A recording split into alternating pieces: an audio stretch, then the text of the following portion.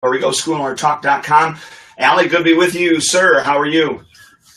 I'm good. I really can't complain at all. I mean, it's a dreary day here in Long Island, and I say dreary only in the idea of the clouds and the darkness. But I had a great morning. I mean, I had a cranking kickboxing class that I taught. I'm actually starting to fall in love with teaching that kickboxing class, which is kind of unusual. It's bringing a little motivation back to me as far as teaching and getting out there. And it's really just I'm teaching the kickboxers a cardio class, but teaching them like if they were kickboxers. So actually teaching them proper form and how to do it. And we even did pad drills today where they were working with each other on hand mitts and one-on-one and moving around. So it's pretty fun, and I really enjoyed it. So it was cool. But yeah, I'm excited. I'm really excited for the new year. How about you? Yeah, I'm ready. I mean, this is the last week that we're open, and I'm stoked for it, honestly. Yeah, us too. I think that it's the same thing for us. Let me just check my calendar here. So this week is the week of the 12th. So no, we have up until next Thursday, Friday, we're open. So we have 2 more weeks. You only have 1. Yeah, we close Christmas Eve through. We close it with and at the end of this week we close it with a board breaking seminar at the very end. So we close it with a bang, if you will.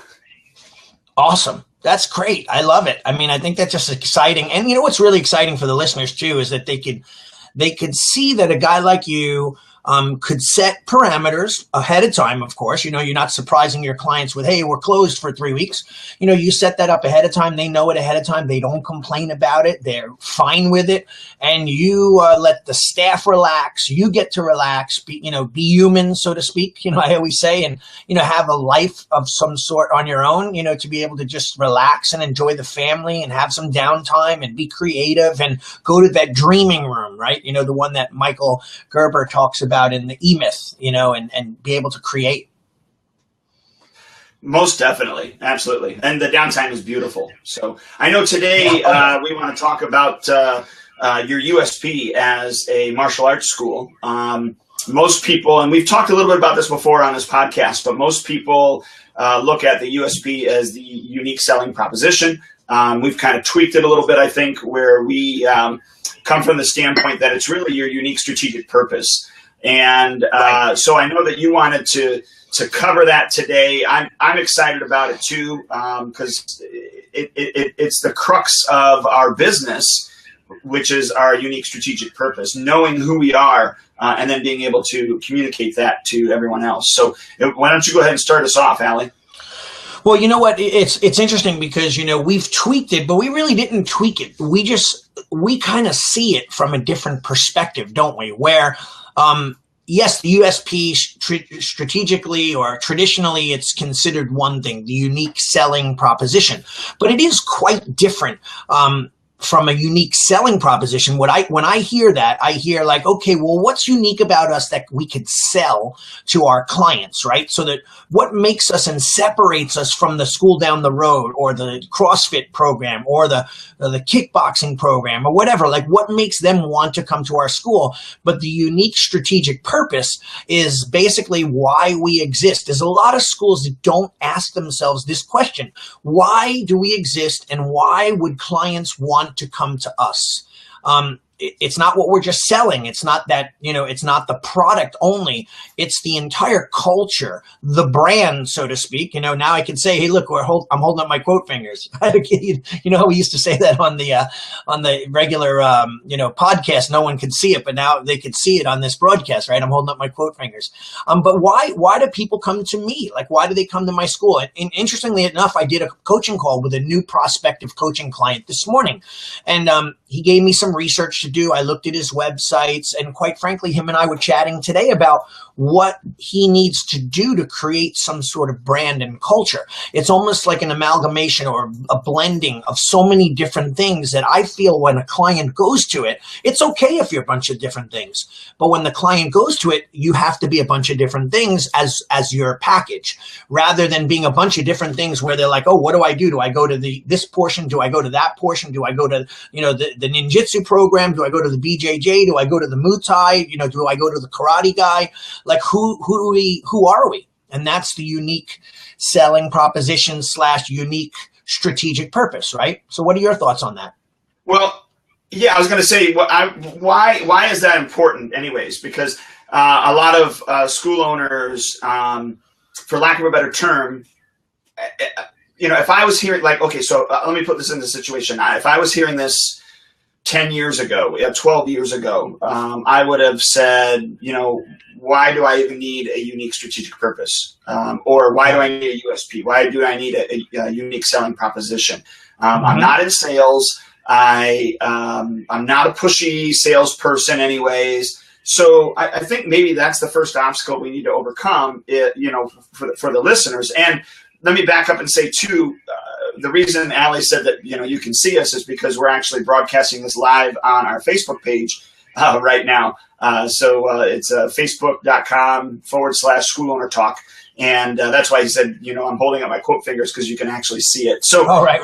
I just wanted to say that because I didn't say that in the beginning of the podcast, because we are obviously recording this for our podcast as well. But let's back up. Let's talk about the importance of why we need to have that for our school first and foremost before we even talk about it, because I can just see it now. A lot of people are just going to click it off and say, forget it. That's not something that I'm going to use. So we need to come up with that importance. And I'm sad that people would, and you're right, Dwayne, they will click off and go, this is not my thing, right? And it is, though, because even in its most simplistic form, you have to know who you are. That old saying, who you're going to be when you grow up kind of thing. Well, who was I when I first, let's say my infancy was when I first opened my school. I was a rough and tumble 25, 30 student gym, hardwood floors, beat the hell out of everybody. Brand new person comes in, work them as hard as we could to get them to throw up in the locker room, punch them through the wall, show them how tough we were. And I had no students. Basically, I had 30 tough people that were, kind of slightly insane, right? But nowadays I ask myself, like, what is it that people, when they walk through the door, what are they buying into? And when I say buying into, I'm so careful at certain words because wording is everything. Like when I went to England, they asked me when I was speaking, they said, "What's your scheme?" Right. And I said, a scheme? What do you mean? What's my scheme? Because in the U.S., we think of scheming as, underhanded business dealings. Their scheme, the word scheme to them is like, what's your theme? Like, what's your brand? What's your marketing? Right. So for us, like, for example, I was shopping this weekend with my girlfriend in the mall. And, I was walking through the mall and seeing the branding images in the different stores. Some are basic, some are cluttered with clothes everywhere. And then there are those high-end brands, like one sneaker supply place. In the window, there was brick wall, and then there was the logos that were illuminated with orange fluorescent lights, and then there were like 5 pedestals. Only 5 in one window with 5 separate really cool sneakers. It looked like those sneakers were all-stars. Like, it was like, I got to go in there and see what this store is all about. Then I went in for my girlfriend into Victoria's Secrets, and I sat in there. And that is a brand, like, the striped walls with the pink and the white, the pictures of the supermodels, the angels, they called them, all over the walls, the coloring, black on pink, and the different displays, every single thing tied in. And by the way, it was an incredible experience. Whatever I bought, they were giving me gifts and they were asking me if I wanted something else. And the girl's like, how about this? And I said, oh yeah, but I don't want to get off the line. Don't worry, I'll go get it. She left the counter. She went and purchased it. Picked it up for me. It was just an incredible experience. So what are we as martial artists doing? Are we just a typical karate school? People come in because then they won't respect you. They're not going to believe in you. They're not going to buy into the brand. They're not going to believe in it at all. So it's up to you. What's your thoughts, Dwayne?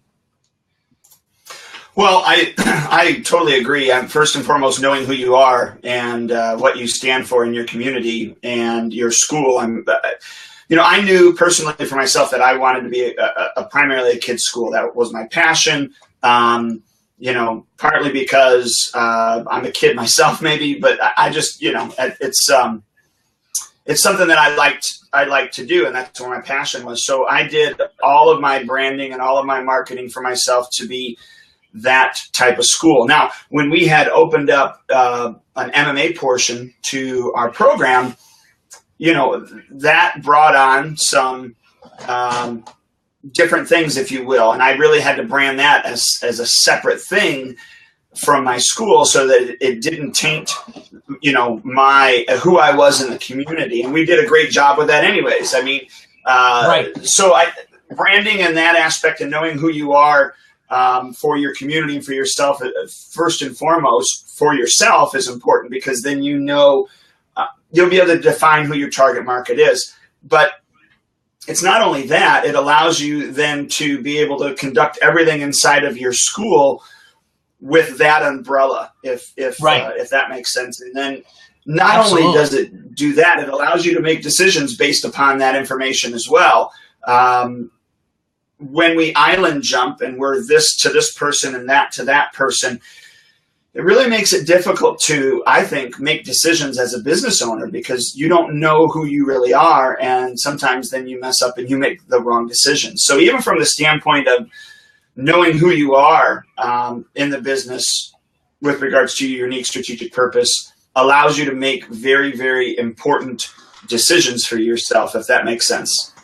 It totally makes sense. And you know what's interesting, where we are, you said one thing that triggered a thought in my mind. You said, we need to know who we are, and then we need to build a culture around that so that people know who we are. But most importantly, I think the one thing that we have to clarify for the listeners is that we need to know who we are and the culture we are in order to be able to give that to the instructors. I mean, not the instructors, to the parents, so that they understand what they're getting involved in, right? So if we're just another activity, we're just another sport, it's not going to mean so much if the kid gets bored and wants to quit and do soccer and baseball. But if we are a culture, an Ivy League school, or we're like a learning institute, a life skills institute, and the kid says, I'm bored, I don't want to go, maybe at that point the parent will say no, because they know that what they're involved in, it's the whole entire culture around it. It's like going to a college. Like my daughter, she's looking at colleges, and we went and looked at Marist and FIT and all different places. When we went away to Marist College in upstate New York,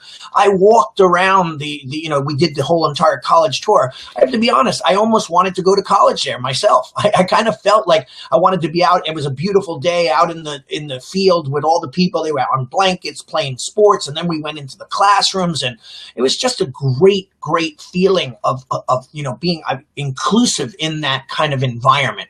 That's what we have to build in our martial arts school. And what does that do for you? So let's talk about that. What is that? So, okay, I know who I am. I know what my unique strategic purpose is. So, and I know why it's important to have one, because it allows me to be able to know who I am, know who my target market is. I can make decisions based upon that vein or upon that line. But it doesn't just stop there. So what are some other benefits of having that unique strategic purpose, knowing who you are? Oh my God. I mean, it's endless, but I mean, first and foremost, I mean, it's about identity and the parents and students identifying with who they are within your school. In other words, meaning that they're like, we have a saying in our school, and I think we might have even talked about this last week. So if I repeat myself, I apologize. But we talked about this where, I say to my students, I go, if your parents ask you to clean your room and, they say, how you going to clean it? What do you say? And my kids say, like a ninja. Right? Everything is like a ninja. I'm kind of leading up to a t-shirt that I'm going to be selling that says on the back, like a ninja. Right? And everything is about and what if you have to go to bed on time and you don't want to go to bed, but your parents ask you to go to bed? How do you do it? And they go, like a ninja, sir. I listen. And that's the culture that I build around my school. Now, that ties into retail. It ties into retention. It ties into upgrades. It ties into special event sales. There's so much more to being a part of the experience, I want to say, rather than just being in a karate program, right? Just coming and doing kicking and punching. The people that I know that have been in martial arts their whole lives, they connected on a much deeper level with the school and their instructor. Don't you agree? Well, yeah, no, that's what I was going to say. You said the word experience, and I think that's the key there is maybe a simpler way of putting it is your unique strategic purpose is manifested in a way that people have an experience and know exactly who you are based upon that experience. And the experience just isn't obviously the phone call that you have when you are looking to inquire. it's not just when you come in and do the intro. It's everything. It's the experience from A to Z. The easiest way we've all talked about before is the Disney experience. And that is so true. It's the Disney experience. What is the Disney experience inside of your school? And, the other thing is it ties into everything that you talked about. It ties into your, even your apparel. You said that you're kind of, like a ninja, and now you're right. Which is great. They should have that connection. Everybody should have that connection to your school like a ninja, because it's Long Island ninjutsu. You're teaching, ninjutsu, and so to say the term, to say the words like a ninja is more. It's like an affirmation, but it's defining. Who you are. One of my coaching clients, we talked about that with regards to the labeling his programs instead of gold and silver and those type of things, because the boiled down his unique strategic purpose in just a really quick couple of words is called Live Elite. And so we came up with just even names for his programs that go along with that whole concept of living elite. And then his apparel brand is doing the same thing, which, is living elite. And so that it permeates everything. And when I was talking with him, I told him, I said,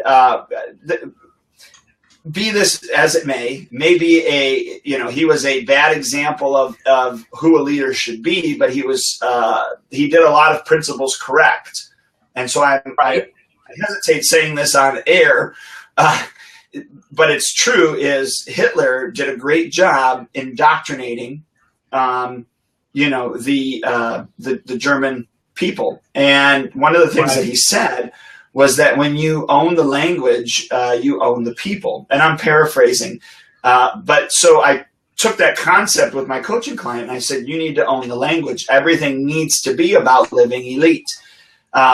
So everything, it just all needs to encompass that. And when it does, then people have that buy-in. So now, for you, when somebody says, I can't do that, your parents should say, well, there is no such thing as I can't. It's either I won't or I don't know how. But the martial arts philosophy is that, I do everything like a ninja. Right. Well, that's the concept, right? Just like living elite, everything we do is based off the ninja. So I want parents, I want students, I want everyone to understand that we live our lives as ninja. We live our lives with this moral, ethical, martial art value system. That's one of the great things about my school. I'm not eclectic style that, just basically has taken different styles and mashed them together. I'm a very traditional, classical base. But if anything that people get out of my school is that we're very traditional and classical. In fact, that's our big selling feature, is that we are, a classical school with morals and integrity. And we teach the kids how to listen, how to focus, how to pay attention, how to walk away from a fight, but in all reality, hopefully defend themselves and be able to fight if they have to or need be, right? So it's important for us to have that brand. And like you said, that's really what a lot of schools are missing. And, by the way, let me give you a quick example. Years and years and years ago, I had my voicemail, and I forget what it was. It was probably something like martial arts school, at the sound of the tone, leave your name and number, and we'll get back to you. Thank you. Then later on, I changed my voicemail on my answer machine, right? And it's like, let me just think real quick. I haven't changed in a while. It's like, you've reached Long Island Ninjutsu Centers, where it's not just kicking and punching, it's the martial arts and beyond. We offer classes for men, women, and children from the ages of 2 years old on up to adults, 7 days a week, day and evenings. If you're interested in any information, please leave your name, telephone number, and leave a message. We'll get back to you right away. Or you could check us out on the web at www.lininja.com. Thanks so much for calling. Have a great day. Something like that. I think I mentioned myself. This is Shion Ali, 7th degree black belt. But anyway, so once I changed that voicemail, people started going, wow, this is cool. And parents even, when they called, oh, I love your new voicemail message. they immediately identified with it because it was a brand experience from the very first message left to the website to the how we answer the phone. Good afternoon, Long Island Ninjutsu Center. Shion Ali speaking. How may I help you? You know, that kind of thing. It's a whole entire experience. Again, from the beginning I walk into the park at Disney to getting on the first ride, to going through the gates, et cetera, et cetera, et cetera, right? And that's something that's heavily missing. So I think that we have to identify that within our school. What are we going to be? Who are we? And discover your brand. Right. Well, and it's just like Disney to step off the ride. And in order to get off the ride, you got to go through the shop. The shop has the generic Disney stuff, but it also has, more specifically, the retail stuff for the ride that you just came off of. And there's a lot to be learned from that. But it all is under the umbrella of that of Walt Disney or Disney now, you know. And so we can do the exact same thing with regards to you know, not just our apparel, but with everything. And I like what you brought up about, you know, the whole website thing, that even our branding and who we are needs to be on that as well. Excuse me, so that everything is consistent along that vein. And you and I both know that there's a lot of school owners that use templated websites. And, you know, truth be told, it's better than not having a website. So I don't want to say that they're bad, but it certainly is a lot better to have something that is unique to you. So that it fits and models your brand, if that makes sense. Oh, it totally does. But you know what also, Dwayne, too, the biggest thing that's missed on websites is having a website that's professional and is organized in a very, very strategic manner that will lead people down what you and I call our sales funnel, right? So sometimes a website, you know, some people have websites that are informational, like go to a website for a movie that's coming out in the future, and it'll show you a preview of the movie. It'll give you information on the actors and when the release date. The purpose of that site is to get people to know when the movie's going to be released.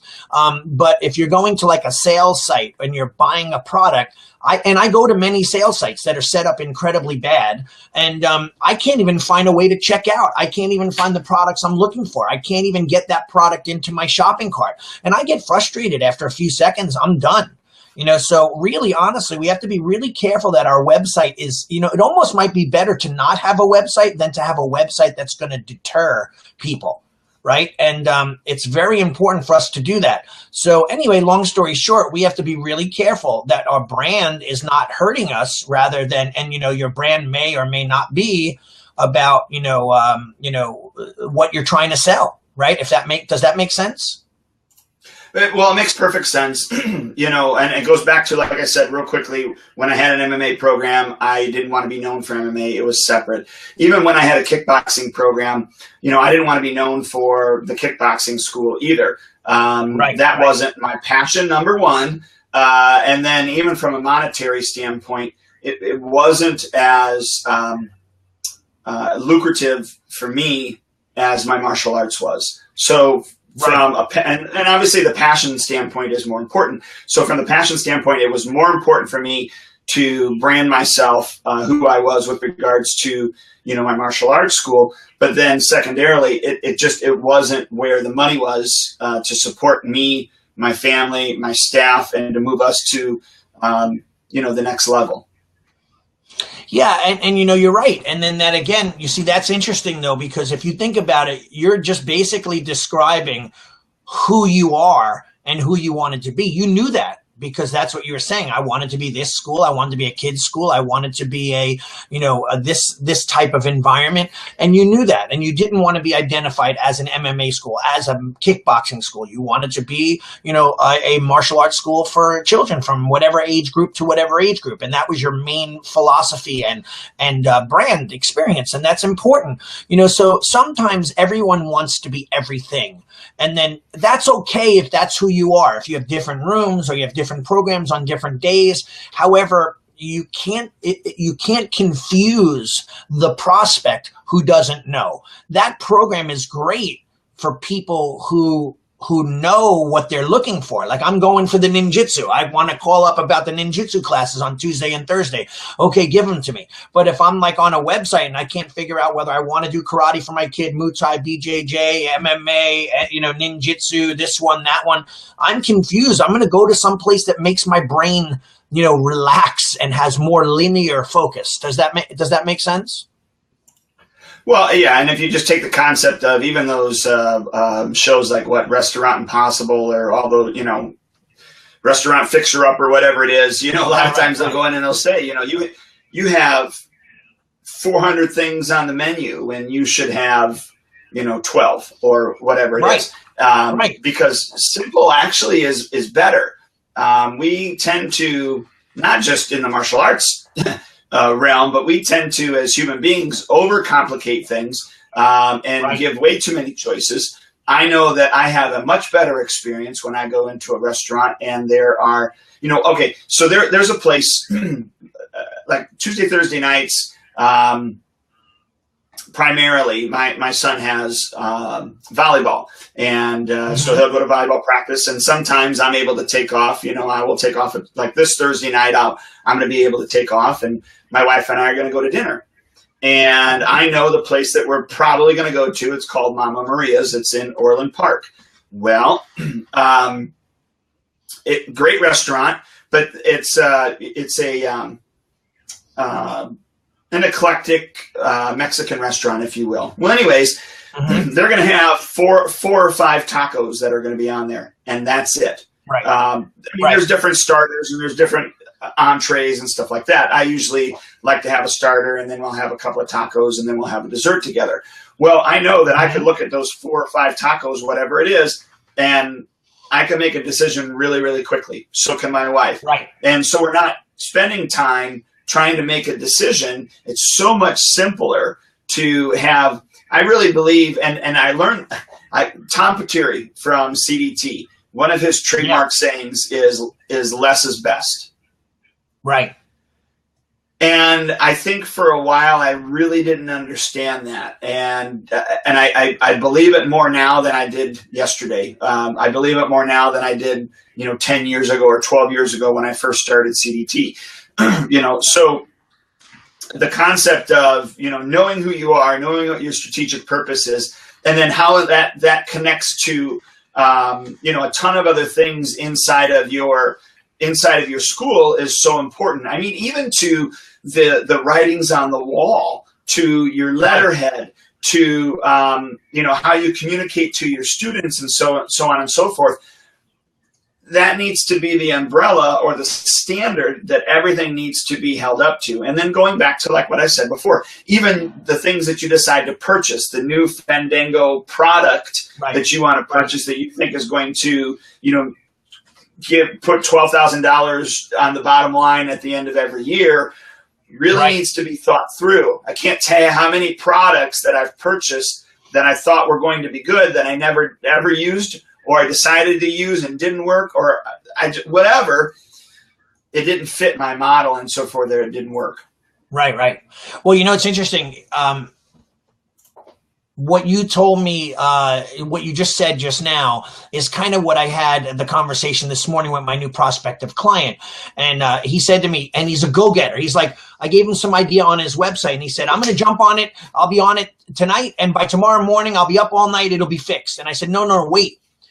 I want you to first think about more of who you are, and let's discover your strategic purpose. Then let's create it and tweak it and build it so that it's a good one.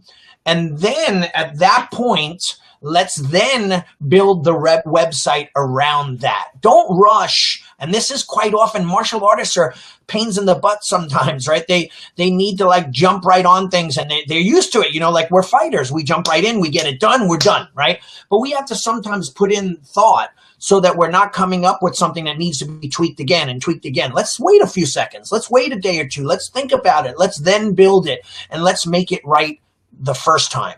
Right? Because every time we make it wrong, people see it. We may be discouraging people from being in our school, or joining our school, or coming to our brand, and so on and so forth. I'll give you another example.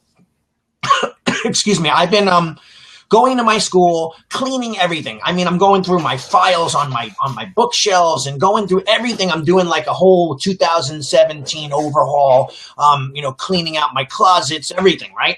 I basically set up the desk exactly how I wanted it, and I told my staff, do not let this become a mess. I do not like to see any disorganization, because you're like me, Dwayne, you're organized. If the stuff is moved all over, it gets lost, it gets thrown away. Well, lo and behold, they said to me, okay, yes, sir. Hi, Shihan, yes, sir. And then I came in this morning and the desk was a nightmare. And I have a staff meeting coming up at 12:30, and I'm going to ream them out. I'm sick and tired of me saying one thing and them doing another. So I want to come in and be positive, but at the same time, I need to be hard on them in a positive way and say this stuff can never happen again. Are we clear on that? Because if they do it again, then there's going to be ramifications and some penalties or some, warnings. And then, it may affect their positioning in the company. And I need to be honest about that, because I can't have this done this way any longer, right? And anyway, so long story short, I have a certain expectation, a certain brand, a certain way I want to upkeep things, and that's the only way it should be done. Make sense? It does. And I'm not gonna try to tell you what to do, but maybe they need the education, or maybe you've already given it to them, but maybe they need, and this is a good reminder for all of us, and I think we had sort of had this conversation with John Gayson when we had him on a podcast, was the fact that, what we know is not what our instructors know or our staff members know. And the way that we see things is different because of our experiences up until this point. And so we have to find the quickest, the fastest way to be able to educate them and get them to buy into how we see things and why we see them on a fast pace. So it's kind of like, with Tim Ferriss, where he takes and he deconstructs things to its simplest form in order to be able to do them and learn them a lot quicker than anybody else is able to do that. We as school owners, we have to be able to do that too, and this is a totally different topic, but to deconstruct that and go, how did I learn it? But then therefore, how can I teach it to them as quickly as possible so that they have at least, and my thought is at least 80% of what I know, or at least 80% up to my standard, so that they can be there as quickly as possible. Now, that being said, I'm going to go back and say something quickly with regards to what you had spoke about, about thinking things through. Keith Hafner always talked about that one of your best weapons is your, and I'm showing this on the podcast, is your legal pad, and or on the live broadcast, is your legal pad and your pen, and then your mind. There you go. See this? Are we on a split screen? So you're showing yours now. You and I have. Yep, exactly. It's crazy, and you're right though. This is a powerful tool. Yeah, and so sitting down and actually thinking about that. Can you see behind me all those legal pads that are down there? Okay. I mean, those are stacks and stacks of legal pads through the years that I have written down thoughts and ideas and written down actions and those type of things.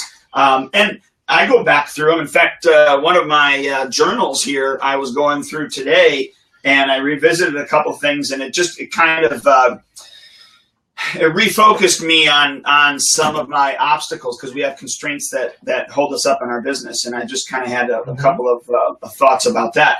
But anyways, let's not get too far off topic. Your unique strategic purpose for yourself and for your school, a couple of things, because I know we're coming up on time here, is number one, it's so important. Allie, why would you say it's important to know who you are?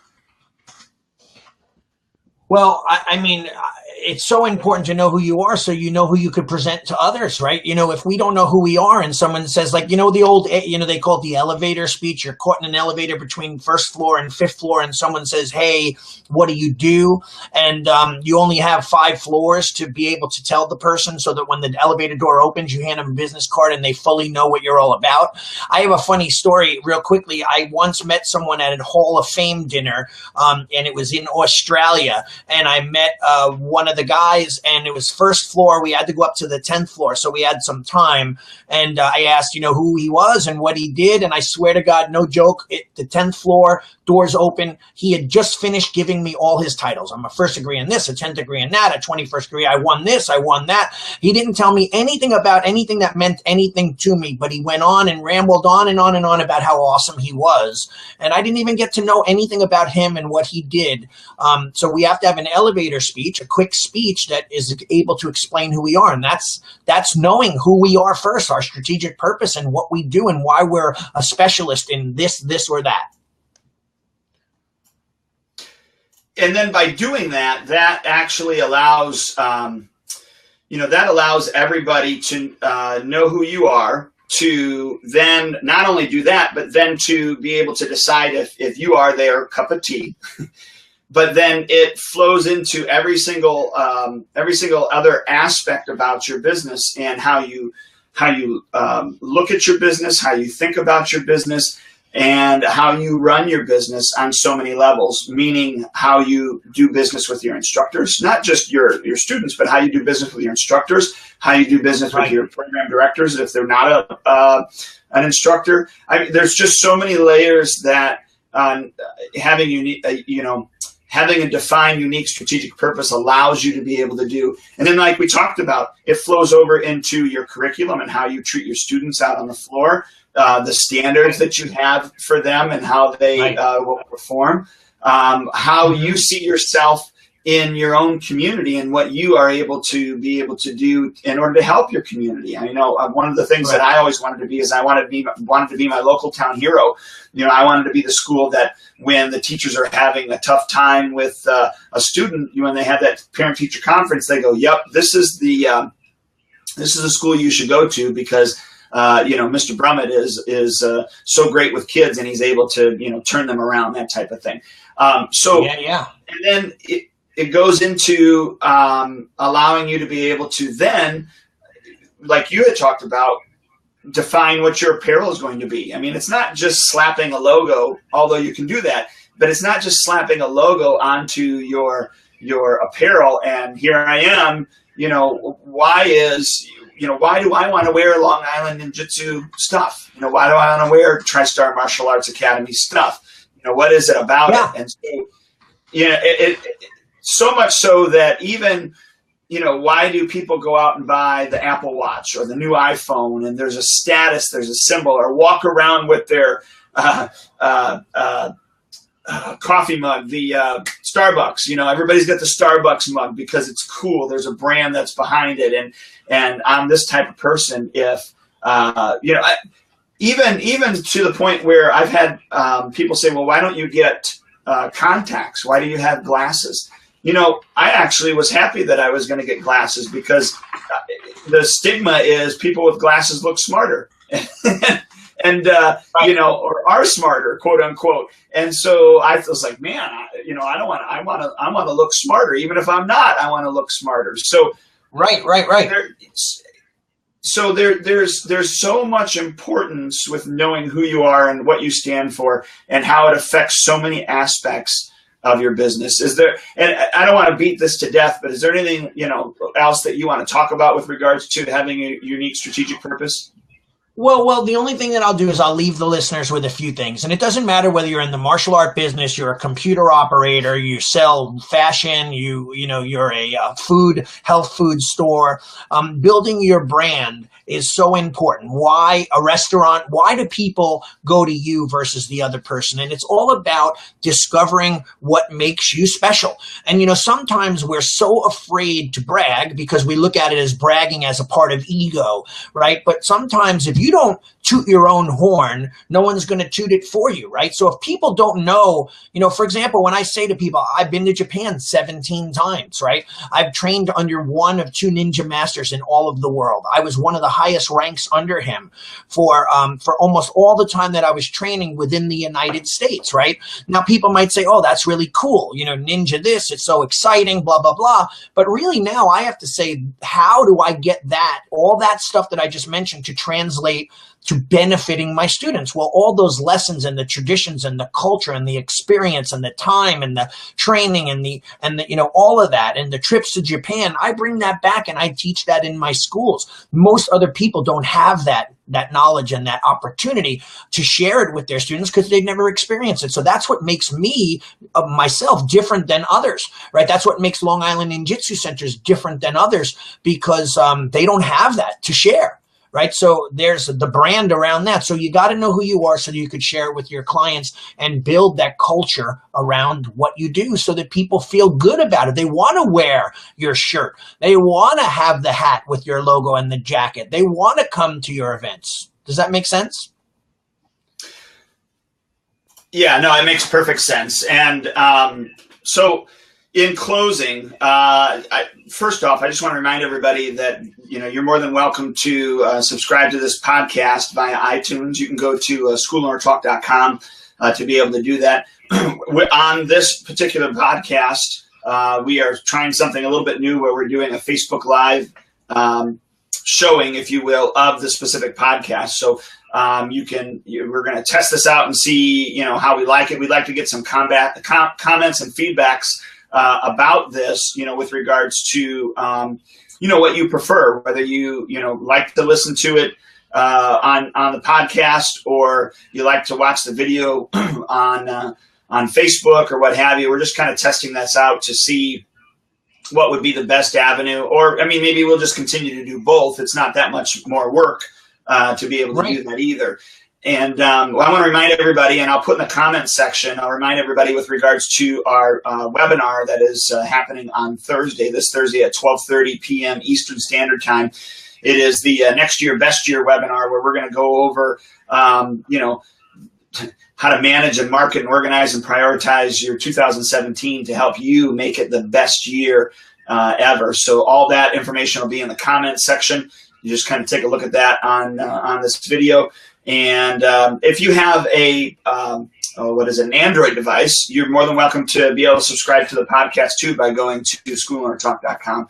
Allie, any final thoughts? And we're going to wrap it up. No, that's it. That's it. I enjoyed it. I'm hoping that people enjoy it. I hope they enjoy having a visual of us, you and I chatting and going over things. And, I'm hoping that people will take this to heart because believe it or not, this could make all the difference in the world as to whether your school is, and I lack of better words, mediocre or masterful, right? Or, mid-level or high level. It will help be more effective for your marketing, for your signups, and for your retention of your students. And everyone wants to feel like they're part of something special, so you have to become something special in order for them to want to be a part of it. Absolutely. All right, everyone, have a great day. Allie, we'll talk to you next time. Take care, man.